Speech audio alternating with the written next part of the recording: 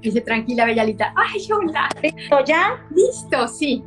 Muy bien. Bueno, entonces nos estabas contando sobre la convivencia en tu casa, que el papá de tus niñas es, o sea, que sabe, aunque estén los papeles desordenados, sabía dónde estaba un papel específica. Del Castro Catala dice, tranquila, esperamos, gracias. A ver, cuéntanos. Y Eh, entonces, ¿y tú? bueno, mi problema es que todo me gusta blanco y soy extremadamente milimétrica en el orden. Entonces me gustan mis cortinas blancas, mis muebles blancos, mi comedor blanco, las sillas blancas, no me gustan de colores, pero me gusta blanco, blanco, no blanco tirando amarillo a cafecito, no.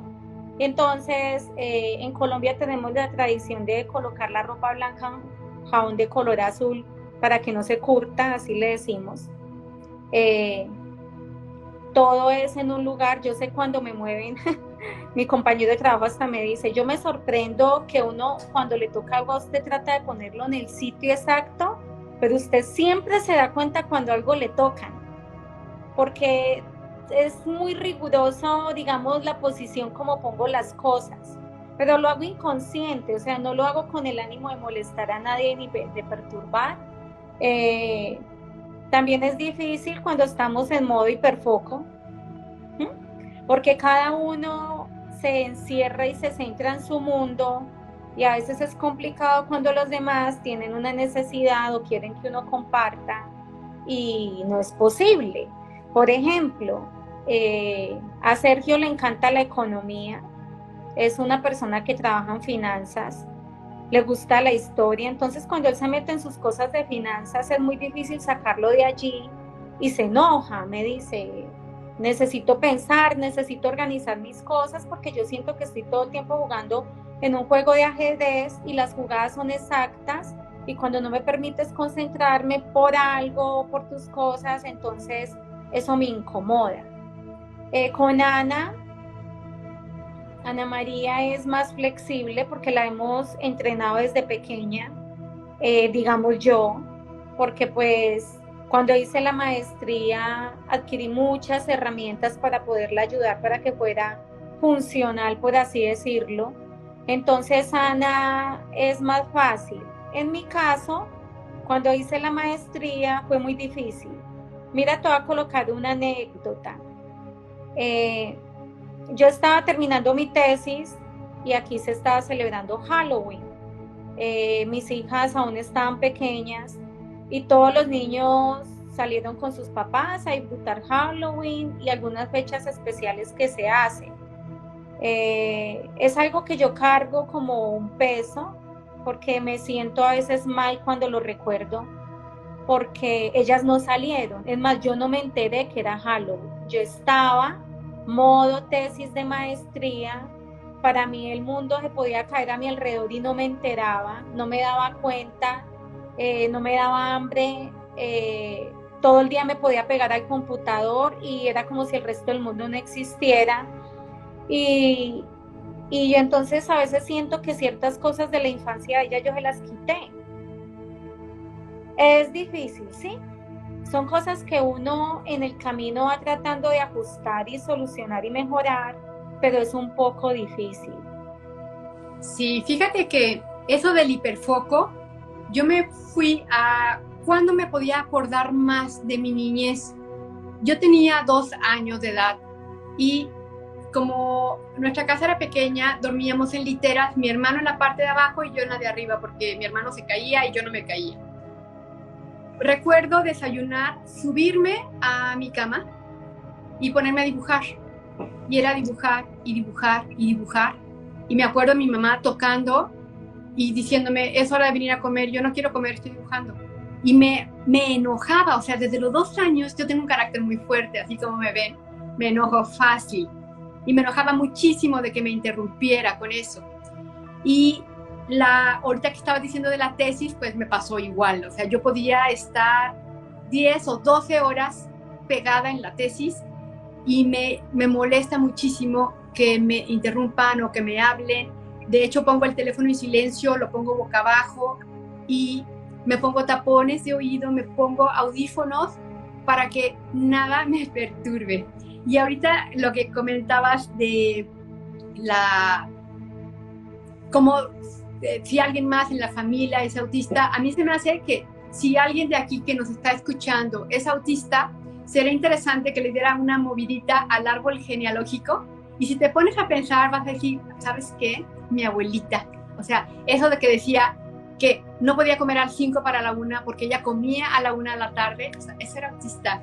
Y que decía que no le gustaban los niños porque hacían mucho ruido, era autista. O sabes que sí, claro, mi tía fulanita, por supuesto que es autista. O sea, y te empiezas a pensar quién, y el primo y el hermano y el otro primo, así te vas. Entonces eso es interesante. Luego, otra pregunta para ti. ¿Recuerdas de pequeña algunos ejemplos de hiperfocalización?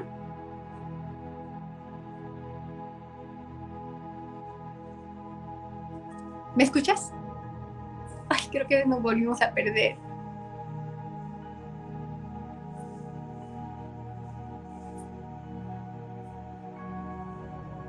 ¿Alguno de los que está aquí que pudiera poner un mensajito? A mí no me deja poner mensajitos. Ah, ya puedo. Déjeme ponerle que no te escuchamos.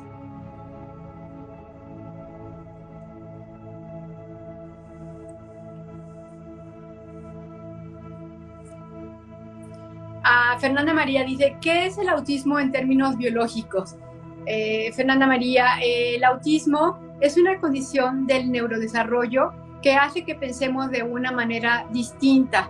Aparentemente, como que algunas neuronas estuvieran como enlazadas de una manera distinta, y pues hay personas que consideran que no es un trastorno, sino es simplemente una forma distinta de percibir las cosas. Graciela Roro dice, se activa el autirradar y ahí vamos viendo todo tan claro. Besos, Alita, besos, mi querida Graciela. Efectivamente, yo pienso eso. Wehuluen dice, no se escucha. ¿Me escuchan a mí? Del Castano Catala dice, no se escucha, se fue el audio. Lauri Estudela dice, se fue el audio de nuevo. ¿Pero me escuchan a mí o a ninguna de las dos? ¿Me escuchan? Señales de vida, pónganme un puntito o algo, díganme si, en comentario, por favor, si me escuchan o solamente no escuchamos a Aleja. Alita, se escucha solo tu audio. Huejuluem, Alita, con todo lo que me ha tocado enfrentar a partir del diagnóstico de mi hijo, me pregunto si a veces mi forma también encaja. Huejuluem, hay un quiz muy acertado, no está valorado, que puedes hacer y que te puedo mandar. Por favor, mándame un mensaje privado para compartírtelo. Te tarda más o menos unos 20 minutos en contestarlo. Sugiero sacar screenshot del resultado porque se borra a la hora, pero ahí puedes saber si pudieras estar dentro del espectro autista, y ya, si sale que sí, pues entonces buscar algún psicólogo especializado, porque no cualquier psicólogo puede saber, o sea, hay muy pocos preparados. Del Castano Catala dice, sí. J. Pasita, hola, dice, solo a ti. Fernanda María dice, pero en una resonancia se ven las neuronas distintas. No, no se ve en una resonancia, ni tampoco está todavía un poquito en controversia, porque hace un año una empresa que tiene muchísimo dinero, que está invirtiendo mucho para que a través de neuroimagen se pudiera ver, neuroimagen no, a través de los genes se pudiera ver, pero descubrieron que hay más de 100 genes que pudieran estar relacionados. Huejuluem dice, sí, te escucho, pero no, hasta el momento no hay forma. También hay un estudio que por aquí en muchos de mis videos lo pueden ver, bueno, en uno de los videos que hablé sobre eso, que dicen que dentro de algún futuro no muy lejano van a poder identificar el autismo. Dame un segundito, Aleja, a través del olfato, porque los neurotípicos pueden percibir, por ejemplo, un mal olor de la basura de manera inmediata, como que tienen algo que les cierra la nariz, y nosotros no, o sea, nosotros nos tardamos 320 milisegundos más que un neurotípico en darnos cuenta de un mal olor, y nos queda aquí impregnado en la nariz. Entonces, esta sensibilidad del olfato, que sí la pueden medir, es posible que en un futuro sirva para ayudar a saber si alguien es autista o no, pero por lo pronto no hay. Fernanda María dice sí, Alita. Castano Cata dice sí, Alita, que si a mí se me escuchan. Huejulom dice gracias. Lauri Estudela, ¿cómo se llama la prueba? Bueno, la prueba, para que te digo que no está validada, pero es muy confiable, se llama r2.net/ES. Si quieres, puedes mandármelo por mensaje privado y te comparto el link. Y la otra prueba, pues no me acuerdo el nombre, pero está en uno de mis videos de autismo. ¿Me escuchas, Aleja? Aleja, ¿me escuchas? Sí, ok. Bueno, ahora platico. No, sí, parece que sí. Que si recuerdas cuando eras pequeña algún ejemplo de hiperfocalización. No. Sí, por supuesto. ¿Ya tú me escuchas bien? Te oigo sí, te oigo no, como alternado. A ver, intenta hablar.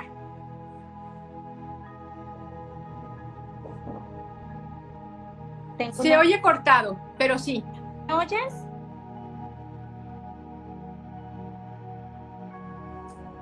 ¿No me estás escuchando?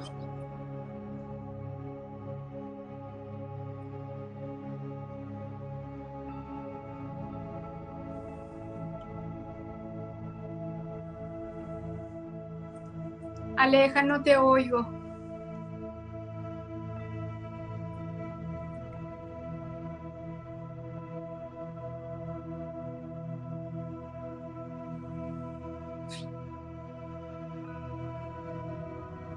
Fernanda María, contá un ejemplo vos, Alita.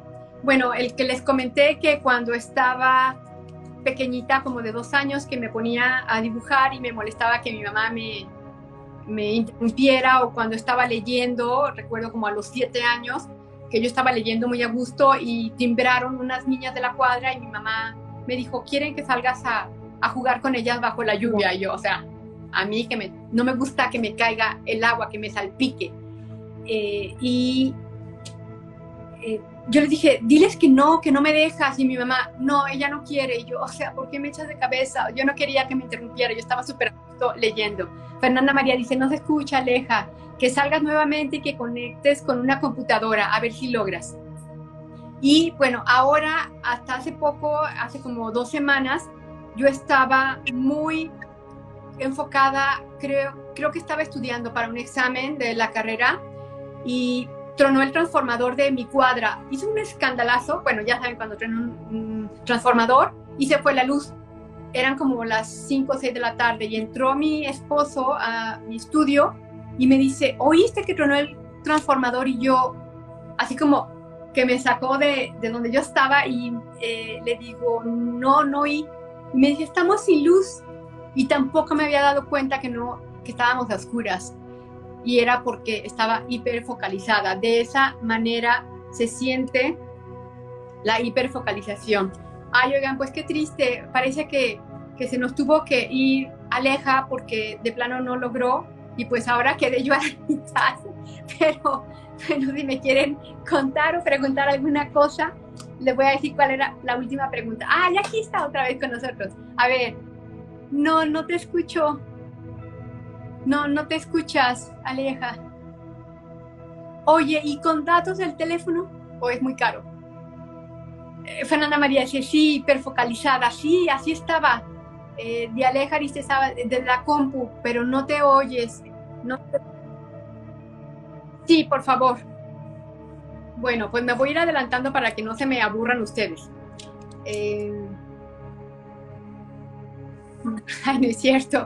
Voy a conectarme desde la computadora. Ya se las había hecho. ¿Pero me oyes? ¿Qué pienso de la hiperfocalización? Bueno, a mí me encanta y siento que es como una de mis fortalezas, porque cuando logras meterte tanto, Francina dice con audífonos y con computadora, ojalá consiga, cuando logras meterte tanto en lo que estás haciendo, pues estás poniendo todos tus sentidos y toda tu atención, y es muy posible que tu trabajo salga de una calidad excepcional. Francenia pues sugiere audífonos y computadora, ojalá lo alcance a ver, Francenia. ¿Qué más? Bueno, de mi familia ya les dije quiénes son autistas. Acá, por fortuna, yo trabajo en casa, me siento súper feliz, voy a cumplir 15 años ya trabajando por mi propia cuenta y yo creo que ha sido una de las mejores decisiones de mi vida. A mí me encantaba trabajar en empresas porque como que te arreglas más, como que ves a mucha gente, pero al mismo tiempo me agotaba muchísimo. Wenhuluen dice, a mí me encanta ver a mi hijo porque lo ayuda a perfeccionar lo que hace. También pienso lo mismo, que nos ayuda a hacer las cosas de mejor manera. Fernanda María dice, yo hice el test de 20 minutos aproximadamente y me dio negativo, pero sí me siento identificada en varias cosas. Soy profesional capacitada y mucho más, pero no soy común. Déjame decirte algo, Fernanda María, algo que podrías ver. Cuando estudié la maestría de trastornos del neurodesarrollo, pude darme cuenta que no solamente que compartir, bueno, más bien que el autismo no es como una entidad única, sino que tenemos características que se parecen muchísimo a las del TDA, a las de la bipolaridad, y por eso es tan difícil para algunos psicólogos encontrar las diferencias. Voy a darte un ejemplo con un TDA y un autista. Vamos a suponer, tanto el TDA como el autista interrumpimos a las personas cuando hablan. Lo que sucede es que el por qué es lo que cambia entre una condición y otra. Un TDA lo hace porque teme que se le vaya a olvidar lo que iba a decir, y un autista lo hace porque no sabe cuándo es su momento de hablar, pero al final la característica es la misma. Entonces, eso es por lo que tú puedes sentirte que que tengas algunas particularidades similares a las del autismo. Hay unas cuentas aquí que me encantan. Una es ADHD como ADHD-couple, como pareja, y la otra es DMINI-HDID como DMINI-ADHD. ADHD son las siglas de TDA, pero en inglés. Y que puedes ver para quizá te puedas sentir identificada y quizá seas TDA y no autista. Tengo también un quiz de TDA, si quieres mándame un mensaje privado y te lo puedo compartir. Déjeme ver. Francenia dice, así es, cuando el cerebro se enfoca en algo, el ser humano es feliz. Francenia, fíjate que tengo un amigo que me encanta, es súper inteligente, lo pueden encontrar aquí como José Luis, se me acabo de olvidar su apellido, ¿pueden creer eso? José Luis Reyes, ya me acordé, Jo Reyes. Mi amigo es un emprendedor impresionante y él lo que me hablaba es que las personas que nos podemos focalizar de tal manera somos como privilegiados. Significa que llegas a un nivel tan alto, como podríamos llamarle casi espiritual, que puedes dejar de sentir hambre, sed, ganas de ir al baño, frío o calor, no te das cuenta porque todos tus sentidos están enfocados en lo que estás haciendo. Y yo realmente me siento muy feliz cuando entro en esa etapa, ¿cómo le podríamos decir? Pues en ese, ¿qué será? Etapa o algo así de hiperfocalización, y pues me hace muy feliz. Pasita dice, a mí tampoco me gusta que me interrumpan y puedo estar mucho más tiempo pegada en algo. Para mí es bueno, pero lo malo es que no me doy cuenta cuando estoy agotado y debo parar. Pasita, me pasa igual. Cuando yo paso 12 horas trabajando en algo que me tiene totalmente concentrada, de repente veo el reloj y son las 12 de la noche, por ejemplo, y no he cenado o no he comido y todavía me falta bañarme y necesito dormir. Mi cuerpo me lo cobra al día siguiente, o sea, no me puedo mover porque fue como demasiado, hasta en la misma posición, y no te das cuenta que estás agotada. Fernanda María dice, gracias querida Lita, encantada. Mándame un mensajito, Fernanda, para compartirte el otro quiz de TDA, probablemente pudiera ser. Y hace poquito hice un quiz de las similitudes entre bipolaridad y autismo, y también hay algunas que se solapan, y la otra era trastorno límite de personalidad, que también tiene algunas características parecidas, y la otra es el síndrome de alcohol fetal, que también lo empiezas a leer y puede confundirse muchísimo con autismo. Pero en el caso de los autistas, yo siento que, pues de verdad, se nos hace un autirradar. Es como, ¿cómo les podría decir?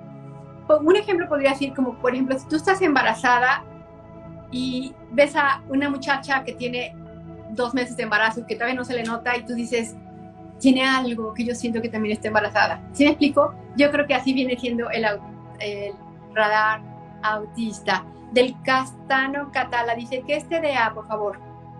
Es el trastorno de déficit de atención con o sin hiperactividad, tiene una H al final. Y déjame decirte algo, puedes tener autismo y TDAH al mismo tiempo. Mi caso, yo tengo diagnosticado de manera profesional el autismo y de manera no profesional, porque he hecho como 5 tests y de TDAH y todos me salen que muy probablemente también lo sea. Y yo lo noto. Cuando empecé a estudiarlo en la maestría, yo decía, o sea, eso se parece mucho, pero no, o sea, es que yo no ando correteando por todos lados. Es que la hiperactividad bueno, aparte, volviendo, ese TDA puede ser no solamente hiperactivo, puede ser inatento. ¿Qué me pasaba a mí? Yo tengo muy buena memoria, entonces cuando estaba en clase de historia o en unas otras clases, yo me la pasaba dibujando. Y me acuerdo que una vez la maestra me dijo, Aceves Rueda, si pusieras más atención, serías la número 1 de la clase. Y entonces todas mis compañeras le dijeron, es la número 1 de la clase. O sea, acababan de sacar, yo saqué 10 en todas las materias. Pero ahí me di cuenta, o sea, viendo al pasado, que yo sí tenía esa inatención. O sea, cuando me empezaba a aburrir de que la maestra hablaba con un sonsonetito, yo decía, ¿sabes qué? En la noche le doy una leída y ya, con eso tengo. Y pues obviamente no les gustaba a los maestros. Y te digo, la hiperactividad, pues puedes pensar que es andar corriendo por todos los salones, pero la hiperactividad puede ser tan sutil como esto. O sea, aquí estás estimando y descargando toda tu energía. A ver, déjenme ver que aquí está otra vez Aleja tratando de compartirse con nosotros. A ver, ya le di que sí. A ver si me dice que sí y se agrega. Oigan, jurábamos que iba a ser de 20 minutos. Hola, ¿lista? A ver, cambié. ¿Listo? Listo. Ahí te va la última pregunta. Acuérdanos, por favor, ¿recuerdas de algún ejemplo de hiperfocalización cuando eras pequeña? Bueno, el ejemplo de hiperfocalización es, yo estaba, no recuerdo, creo que estaba como grado 6º, pero aún era muy pequeña. Y recuerdo que lo único que te puedo explicar coherentemente es que sentí un golpe encima. Entonces, ¿qué pasó? Yo tenía un profesor, siempre me ha gustado mucho la lectura crítica, entonces él era muy bueno explicando, y cuando él explicaba algo, el mundo se podía caer alrededor y yo no me enteraba. Creo que una de mis compañeritas me estuvo preguntando algo y yo no le contesté, creo. Lo único que recuerdo es que ella se paró súper enojada, cogió la silla del pupitre y me la lanzó encima. Entonces yo quedé como, o sea, fue como muy agresivo, considero. Entonces yo quedé como sorprendida de esa reacción y yo no entendía por qué una acción como tan desmedida frente a algo como que de pronto no le prestaba la atención que ella quería. Entonces me he dado cuenta de que a las personas les molesta. Algunas lo pueden manejar, pero otras reaccionan con agresividad porque no lo entienden. Creen que uno las ignora, que es una persona grosera, que posiblemente lo que ellas están diciendo para uno no es importante, y para uno sí es importante. Para las personas que yo quiero, para mí es importante lo que me dicen, pero a veces no soy consciente y es difícil porque sé que la lastimo, pero sería bueno que, por eso es que nos toca hacer una sensibilización, nos toca a los demás explicarles cómo es el universo interno de cada uno de nosotros para que ellos nos puedan entender y no se molesten de esta manera cuando nosotros estamos demasiado centrados en una tarea. Es un acto involuntario, no es Así que... es. Efectivamente, no es que... Sí. cuando estás hiperfocalizada, no escuchas. Muchas veces cuando un niño pequeño autista está jugando y le habla el papá o la mamá y el niño no voltea, los llevan a que le revisen el oído porque piensan que están sordos. Francenia pregunta si la hiperfocalización es como un tipo de meditación. Pues fíjate que ahora que lo comentas, pudiera ser, ¿eh? Porque de verdad, o sea, te metes tanto en lo que estás haciendo que no escuchas, así como cuando tronó el transformador, que yo no me di cuenta, ni lo escuché, ni que se había ido la luz y ya estaba a oscuras porque estaba trabajando en la computadora. Y pues es eso, o sea, como que llegas, pudiera ser como un tipo de meditación, porque por ejemplo, cuando estoy pintando, que fue, ayer no estaba mi esposo todo el día y estuve pintando todo el día y no sientes que pasa el mundo, o sea, de repente volteas y dices, no puedo creer que ya pasaron 2 horas, o sea, yo acabo de coger el pincel y no, habían pasado 2 horas. Es muy interesante. Perdón, y entonces te dieron con el banco, te dieron un bancazo por no hacerle caso, Aleja. Sí, recuerdo que ella le llama Jenny Paola Padilla. La recuerdo y siempre me quedó como esa sensación. Ya adultas me la volví a encontrar y ella de una forma muy afectuosa se me acercó a saludarme, a abrazarme y yo estaba como con una barrera, como que viajé a ese momento porque me ridiculizó frente a mis compañeros. O sea, para mí fue algo que me marcó mucho, eso que pasó, porque sentí que me ridiculizó frente a mis compañeros, porque todos reaccionaban de una manera y yo no era consciente de ellos porque reaccionaban así. Yo era como, ¿qué pasa? Como, ¿qué es lo que les parece tan raro? Hay reacciones de las personas que nosotros las asumimos de una forma muy tranquila e inocente, por así decirlo, porque no sobredimensionamos la forma en que ellos interpretan algunas cosas, ¿no? Sí. Y a veces, sí, te sigo escuchando. 2 cosas. Fernanda María dice, pero la meditación es consciente en el aquí y ahora. Fernanda, fíjate que ahorita que mencionas, recordé que sí tomé una clase en la Ciudad de México, yo vivo en Guadalajara, sobre meditación. Y yo le comentaba, o sea, cuando empezó ella a explicar, me acuerdo que estuvimos como todos acostados en la alfombra y demás, yo le dije que cuando yo pintaba o estudiaba o leía algo que me encantaba, me llegaba como al nivel que yo decía y la instructora nos dijo que ese tipo de cosas de las que yo platicaba, como la pintada, se llamaba meditación activa. O sea que aunque no estás totalmente consciente de que estás meditando, a través del arte puedes sentir lo que sí.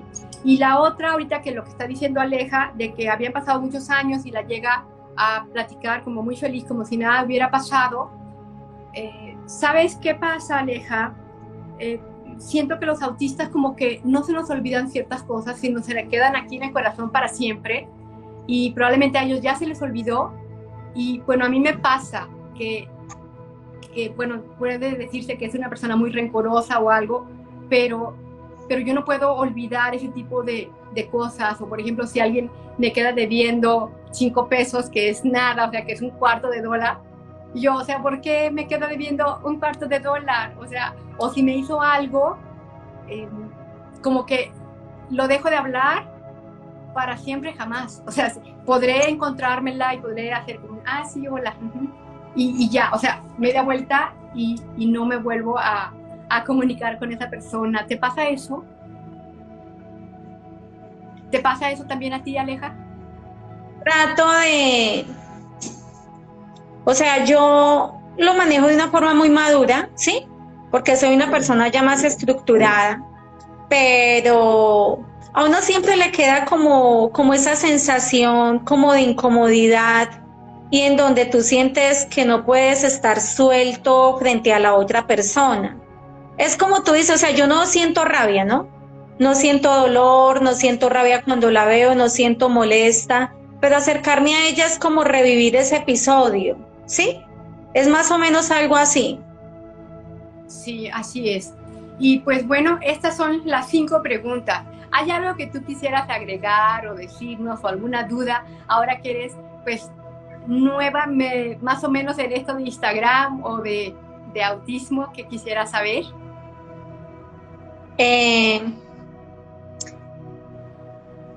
Yo considero de que las personas dentro de su cotidianidad, hay algo que me molesta cuando hablan de trastorno de espectro autista.